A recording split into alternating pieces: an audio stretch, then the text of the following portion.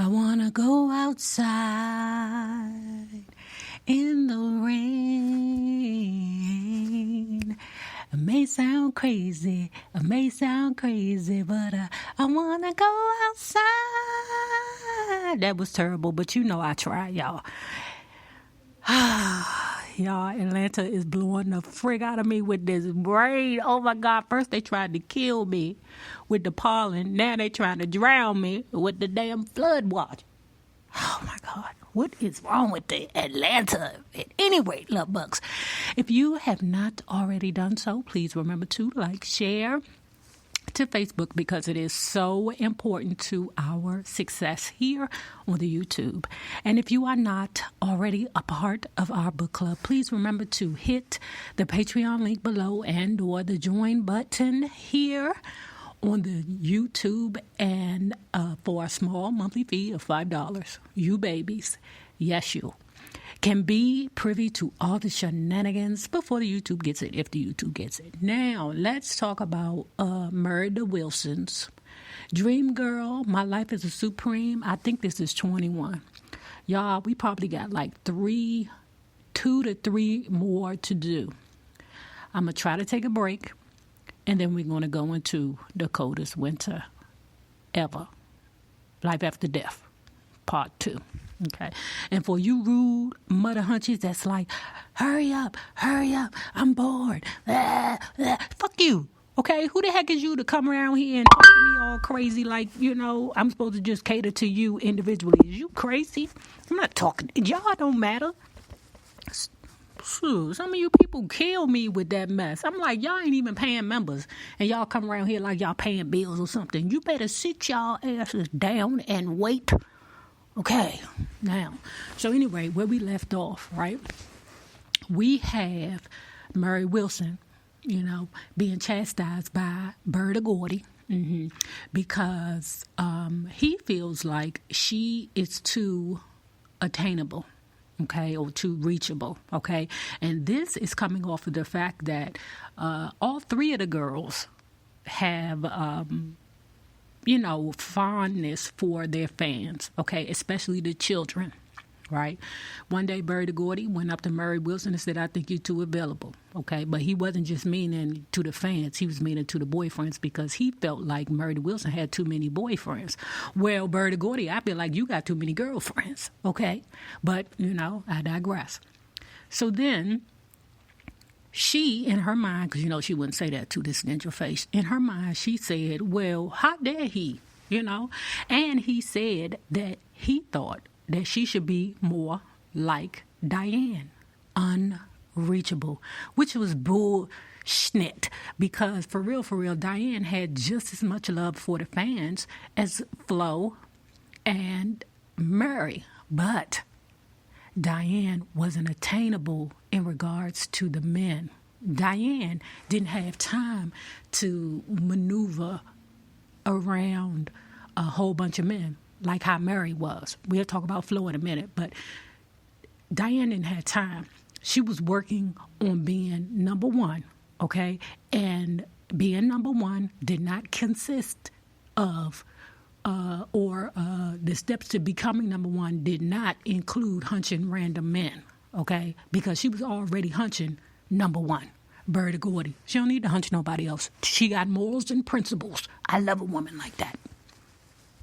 Now, something that was disturbing to me was the fact that Berta Gordy thought that they should pull away from, you know, wanting to reach out to the fans or respond to the fans or cater to the fans, right?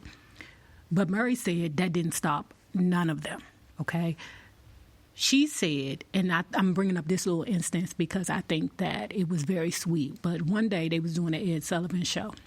When they looked out the window, they saw all the kids outside screaming for them. Flo threw down a bag of money. Now then, why the hell is this? Sorry, y'all, hold on. Now, it wasn't a lot of money to us now, but back then, Mary Gordy said, not Mary Gordy, oh my God. And Mary Wilson said that that little bit of money could have bought a whole lot of hot dogs and it made them feel real good. I thought that was very sweet. Now, let's get back to the Diane because, Murray Gordy. Why do I keep wanting to call her Murray Gordy? Child! Oh, I must be persecuted. Okay, but anyway, let's get back to Diana, the boss, Ross, because after all, we know she just seized the opportunity to talk about the Supremes during the time that Diana Ross was pretty much at the height of her solo career. Wasn't this around the time where she had redid Frankie Lama's Ooh Wah, Ooh Wah, Ooh Wah, Ooh Wah, Ooh Wah, Ooh Wah, why do fools fall in love? Are we at Upside Down yet? Oh my gosh, you remember when she was dun dun dun dun dun dun dun dun dun dun, insatiably round and round you turning me. Oh my God, Diana. Okay, let me get back on topic, y'all. But I'm telling you, I love that she is, yeah, man. For my 50th birthday, don't y'all call me Uptown NayRob. Y'all call me Diana Ross. Nay, are you going to change your name to Diana Ross? Answer yes. Okay, y'all, shh. Y'all know it be at nighttime and I'm on these speakers and I be having my cookies. So, show me a little mercy. So anyway, we back to the Diane, right? So they go to a situation where they had, I think it was 1966. Hold on. Okay, I'm back. It's 1966 and they're doing an interview with Look magazine. Now, remember I told you that Diane in her mind thought she was the spokesperson for the Supremes. Ain't nobody elect her. It wasn't no, let's say meeting or nothing like that. She just decided to do it. Now, in this interview, because I felt like she felt like, I guess, the interviewer was smitten with Flo. So Diane decided to jump in and talk about her mother's tuberculosis, okay? Now, everybody is like, why are you telling your mommy's business here at the interview, Now, Mary kind of sort of made up an excuse for her because, she don't think that she would maliciously, or that Diane would maliciously tell the public that her mammy had tuberculosis. Child, at the end of the interview, Bertie Gordy went to her and said, what is wrong with you? Why would you say that information? Why would you do that? The Supremes is supreme. They don't... We don't you know Motown is a machine? Don't you know the Supremes is part of this machine and everything is happy-go-lucky? Don't bring in your mama's illness into this. But everybody was pissed off. Even her mammy was like, you went too far, Diane. Now, right now, y'all, okay, let me say this. It starts to get sad for me because I know this is the beginning of the end of Flo and the Supremes. Okay, so Murray Wilson continues to talk about how, because the Supremes are at the height of their careers, they're living the jet set life. Okay, and what's included in the jet set life is partying and alcohol. Now, they ain't talk about no, booger sugar. She ain't talk about no marijuana either, But I see Mary Wilson and how she's writing this book. As a grown person, I see things that I did not see as a child when I read the book initially back in the 80s, right? So anyway, going back to the jet set life, Diane and Mary would take a drink here and there. Diane and Mary can handle their drink, okay? They was able to drink, work, party, drink some more, get 2 hours of rest, and get up and start the cycle all over again. Flo, on the other hand, she had what we call a low tolerance, okay? So it was hard for her to drink even the smallest amount and still be able to carry on with her regular day. Keep that in mind. Now, shortly after that, Murray says she's seeing how... Okay, my bad. It was like Mary was saying that it was noticeable that as the group's success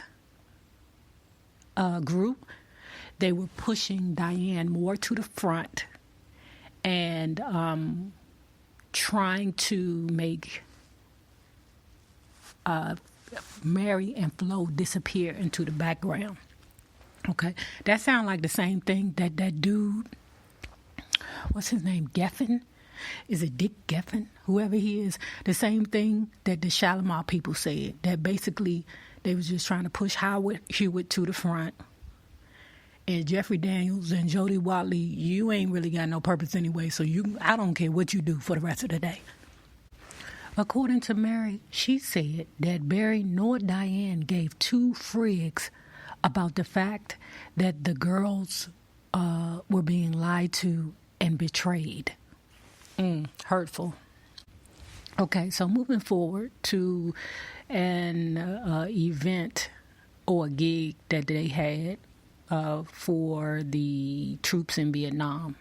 Okay. Now, this incident, it's funny how you realize or you know the background story and you look at the event differently. You know what I'm saying? So anyway, the Supremes was there to entertain the troops, right? The person who was in charge of the gig on the military side has said, listen, we don't have time to go see the troops in the hospital, okay? So, just go ahead, get ready for your performance. The girl said no. They ended up going to see the troops anyway in the burn victim. She said she never seen, not in the burn victim, in the burn unit, okay, in Vietnam, okay? And they ended up being almost late for their gig, right? So when they got back to the base, when it was time to perform, what happened was the person who was in charge was being an ass, and he said, well, if y'all can't get ready in 5 minutes, then you can't perform. Nigga, what? Are you crazy? If you don't get ready in 5 minutes, you telling the Supremes that they can't perform? Y'all, you cannot tell me that this man was not old. I ain't even gonna say it. Let's just say this. He had been away from some vagina too long, okay? Because remember, it wasn't no females in the military then. And the best thing the United States of America could ever do was make the military co-ed, okay? So you can keep them niggas happy and off that dope, right? But anyway, they said the dude, that was in charge of the event had said, like I said, if you don't get ready in 5 minutes, then you can't go. Or 15, something like that. But it was something outrageous. Come on, these ladies, it take them 15 minutes to put a fucking wig on, okay? So the dude who was Barry's right-hand man had said, you know what's your name? The dude said, why you want to know my name? Because I want to go out there and tell them military troops that's fighting for us in Vietnam right now, waiting to see the Supremes, that Mr. Dickhead is the reason why the girls aren't coming out here. Because you said that if they're not ready in 5 minutes, they could not perform. Everything changed. That's what you got to do. You always got to get in. I'm sorry, what's your name? Why do you need my name? Nigga, what's your name? Okay? Because sometimes that's what you got to do. Because that makes sense. Because I need to know the ninja who was the dickhead in the military and that was responsible for telling the Supremes that they couldn't perform for them Vietnam troops. This nigga was out of his mind. You out your mind. Now, getting out of Vietnam back into the States, Murray said that she shared a gambling habit just like Berry Gordy, okay, and many of the men of Motown, okay. We know Berry Gordy got a gambling habit because he's a Sagittarian. Them niggas can't stay away from the damn table. Oh, my God. If I was to go to a casino right now, it's about 18 Sagittarius at one table right now sweating, okay? But Murray goes on to say that was something synonymous with Motown. Gambling. Because remember, when they was on them old-ass tours with Freddy Krueger driving the bus, Berry Gordy used to hop on the bus, You know, he was only paying them dudes like $5. And then he hopped on the bus with them and then gambled with them. Okay, and took the $5 that he just gave him, you know, if he won that day. But that to me is just ridiculous, right? So now that Motown is on and popping and everybody getting money, they are like losing Cadillacs now. Because remember, I told you that as soon as one of them Motown people got their first big check, they would roll down to the Cadillac dealer. Okay, come to find out that a lot of times them ninjas was losing them Cadillacs to them tables. And remember, we found out in a Tina Turner book that a lot of times when you had performers that had residencies in Vegas, it was because they were trying to work off that gambling tab. You learn something new every day. Now, before I move on, let me give you this much. Okay, you know them Sagittarians stay at the table, but they are sore losers, okay? Mary said that when Barry lost, Motown lost. Barry's mood would drop so low that everybody could feel it, you know? And it's like, I don't like that, you know? Like, don't get me wrong, I've lost probably like $300 in a casino before, but to the point where you feel like you done lost yourself. I mean, seriously, them people who be losing big at the casino be looking like, damn, I just done signed away my house. Nigga, that is your fault, ninja. That is your fault. Maybe that's the reason why Bertie Gordy couldn't pay his people correctly, because he gambled away all their money. Now, remember in the beginning I told you that Flo couldn't handle her liquor? Well, in late 1966, it was over. Flo is drinking regularly now, and now she's starting to miss rehearsals, show up late. You know, it's starting to, manifest in her behavior. Now, Diane and Mary, although, there is, dissension among the ranks, they all are still trying to do an intervention with Flo. Like, come on, Flo, you messing up right now. We need you, girl. Flo response would be, don't worry about it. We good, or I'm good. Oh my God, this is getting so much longer than what I wanted to be, y'all, but thank you for staying. Y'all, now this right here kind of broke my heart, because while the girls was over in the Far East, right, Flo had fell in love with this dude named Tommy Chapman, right? Now remember that Flo still has issues from the traumatic experience that happened to her when she was a virgin, okay? We try to keep this thing monetized. So anyway, y'all, she fell in love with him.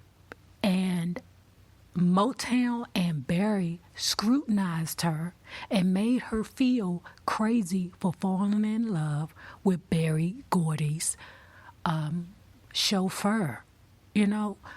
Yes, she's a supreme, but Cancer women, they don't think about status and money and things like that. Cancer women are so much deeper than that. They are interested in love. That's what they look for first. True love. And it doesn't matter to them if a person's pockets equate theirs. And she loved him. But they tried to make her feel bad for falling in love with someone who was just a chauffeur. Ooh, child, but speaking of Flo, right? So one day, Flo is soused talking to Mary, okay? Drunk as shit. Mary, why do Diane mess with him? He treat her so bad, okay? Now keep that in mind. Even though Flo has disdain for Diane, she's very bitter towards Diane and Barry. She still has love for Diane and care and concern.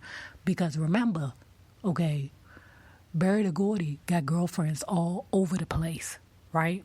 And she has seen Diane deal with Barry the Gordy's attitude. sometimes, but I believe they both had attitudes, telling each other to kiss my ass, okay? And what Flo said was that I don't understand why Diana even messed with him in the first place. She ain't getting no more than we get. Oh, what? What? You is fucking the boss, and you ain't getting no more than the other two girls in the group? I love Flo. Flo makes you love her, okay? So one time, Flo was at the 20 grand, okay? Now, if y'all remember, Flo did start picking up weight. And Diane was like, girl, you getting fat. You can't even fit your costumes no more.